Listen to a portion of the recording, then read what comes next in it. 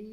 ఈరోజు మనం అధ్యాపన శాస్త్రం బిఎడ్ గణిత శాస్త్ర బోధనాభ్యాసన శాస్త్రం ఒకటిలోని అంశాల గురించి చెప్పుకుంటున్నామండి. రామానుజన్ గారి గురించి చెప్పుకున్నాం నిన్న కొద్దిగా విజయ రాష్ట్రంలో కొంచెం డిస్టర్బెన్స్ వచ్చింది, క్షమించండి.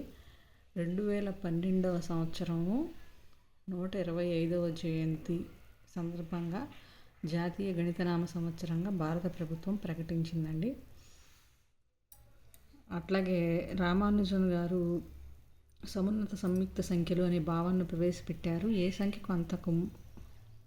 సంఖ్య అయినా సరే అంతకు ముందున్న సంఖ్యకు ఉన్న భాజకాల కన్నా ఎక్కువ భాజకాలు ఉంటాయో అట్టి సంఖ్యని సమున్నత సంఖ్యలు అంటారండి. ఉదాహరణకు 12, 24, 36, 48 వివిధ. నెక్స్ట్ రామానుజన్ గారు ఇంతటి మేధావి కాబట్టి మన భారత ప్రభుత్వం 1962లో రామానుజన్ జ్ఞాపకార్థం తపాలా బిళ్ళను విడుదల చేసిందండి. ఇది కూడా ఇంపార్టెంట్. 1962లో రామానుజన్ జ్ఞాపకార్థం తపాలా బిళ్ళను విడుదల చేసింది.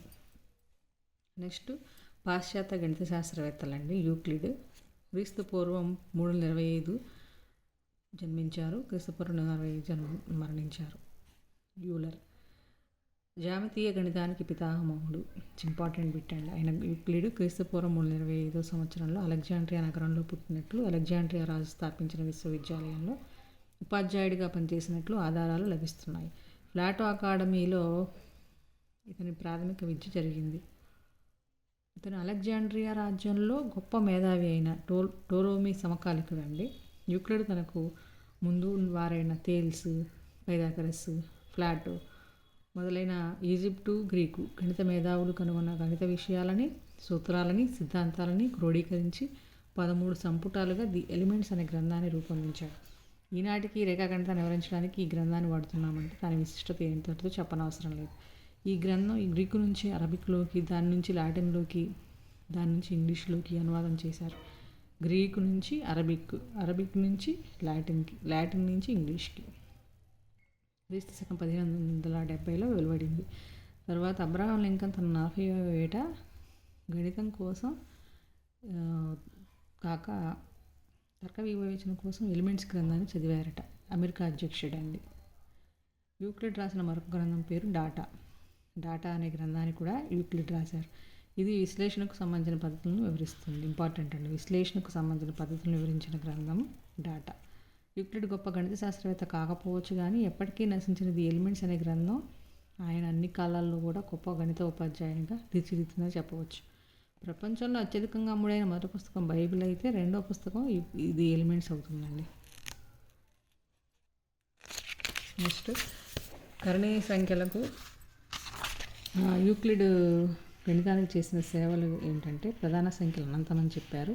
అప్పటి వరకు ఉనికిలో ఉన్న గణిత అంశాలను ఒక క్రమ పద్ధతిలో అమర్చాడు.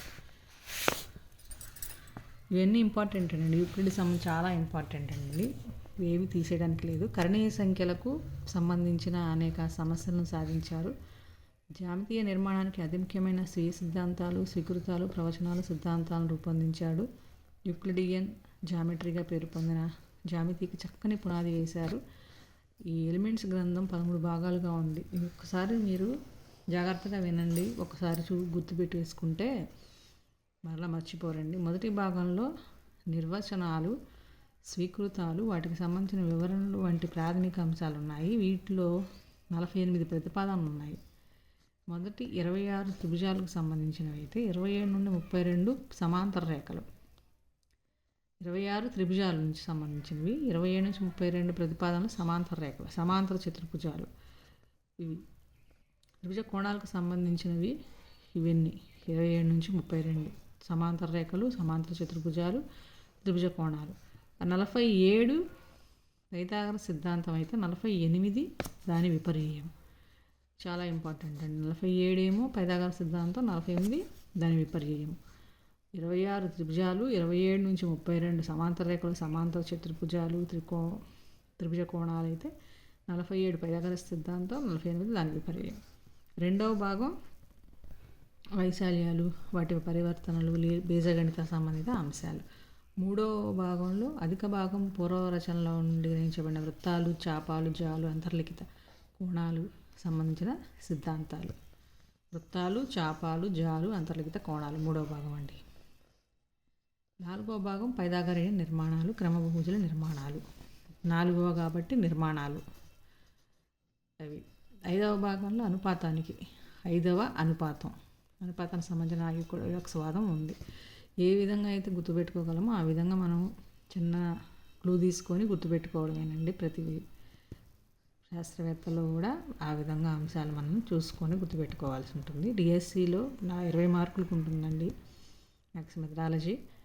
జాగ్రత్తగా ప్రతి లైను ఇంపార్టెంటే, చూసుకొని అర్థం చేసుకొని చదువుకుంటూ వెళ్ళిపోవడం అండి.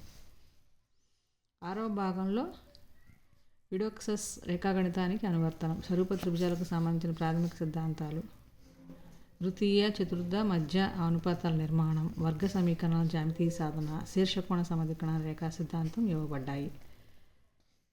యూక్లిడియన్ అల్గారిథంతో 7వ భాగం ప్రారంభమవుతుంది. అల్గారిథం అండి. దీన్ని ఉపయోగించి రెండు సంఖ్యలు సాపేక్ష ప్రధానాంకాలు అవుతాయో లేదో తెలుసుకోవచ్చు. వితతానుపాతానికి సంబంధించి గుణశ్రేణుల చర్చ ఉంది. 9వ భాగంలో ముఖ్యమైన సిద్ధాంతాలు అనేకం ఉన్నాయి. అందులో కొన్ని ఒకటి కంటే పెద్దదైన ఏ పూర్ణ సంఖ్య అయినా ప్రధాన సంఖ్యల లబ్ధంగా ఒకే విధంగా రాయవచ్చు. గుణశ్రేణిలో n పదాల మొత్తం జ్యామితీయ నిరూపణ, ప్రధాన సంఖ్యల సమితి, అనంత సమితి, పరోక్ష నిరూపణ. 10వ భాగంలో కరణీయ సంఖ్యలు, రేఖాఖండాల కొలతల నిర్ధారణ, పైదాకరైన త్రికాలు, వాటిని రాబట్టే సూత్రాలు ఉన్నాయి. 11వ భాగంలో త్రిపరిమాణ జ్యామితికి సంబంధించిన నిర్వచనాలు, రేఖలు, తలాలు, వాటి సంబంధిత సిద్ధాంతాలు ఉన్నాయి. 12వ భాగంలో వివిధ గణాల ఘనపరిమాణాలు కనుక్కోవడానికి సంబంధించిన చర్చ కనపడుతుంది.